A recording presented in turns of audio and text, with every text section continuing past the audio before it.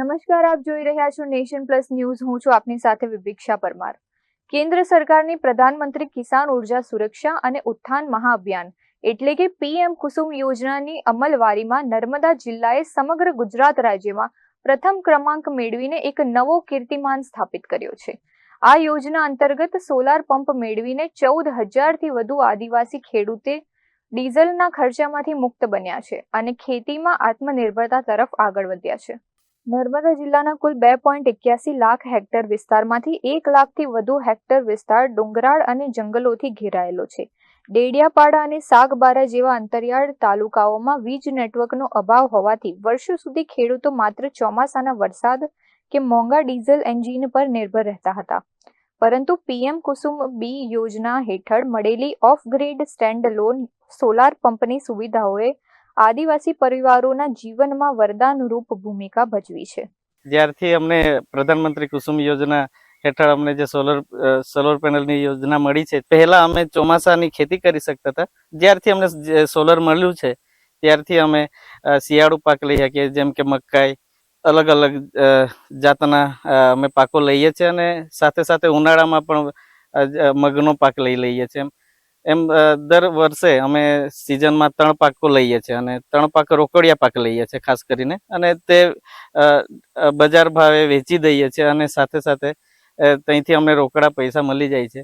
એટલે સોલર યોજનાથી અમને આમ ફાયદા, આર્થિક રીતે બી અમે મજબૂત બન્યા છે ને બધી રીતે આમ પરિવારને બી સારું રહ્યું છે.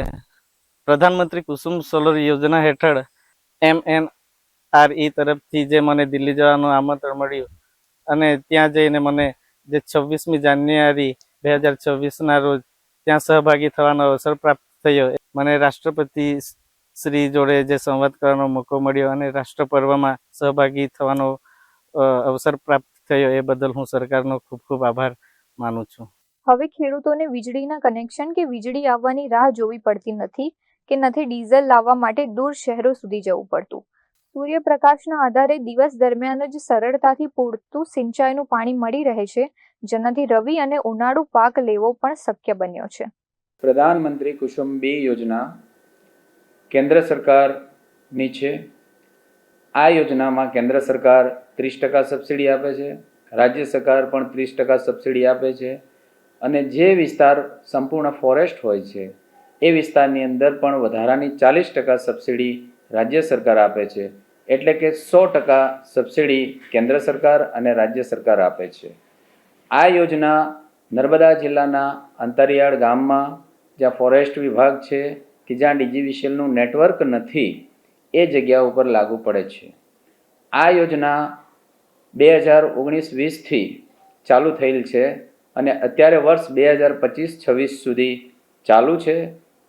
અત્યાર સુધીમાં નર્મદા જિલ્લામાં કુલ 14,989 ખેડૂત લાભાર્થીઓને of grid solar stand alone pump આપવામાં આવ્યા છે, જેની અંદાજિત કિંમત 618.41 કરોડ રૂપિયા થાય છે અને એ સંપૂર્ણ લાભ આ ખેડૂત લાભાર્થીઓને આપવામાં આવેલ છે.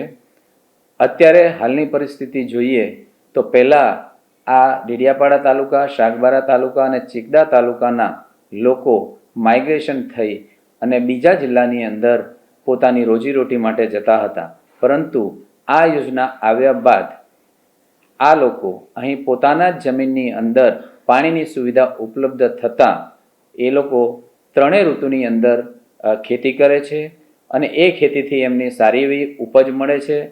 એના પહેલાં, આ યોજના પહેલાં અહીંના લોકો બજારમાંથી અનાજ લાવવા માટે જતા હતા, પણ અત્યારે પરિસ્થિતિ રિવર્સ છે.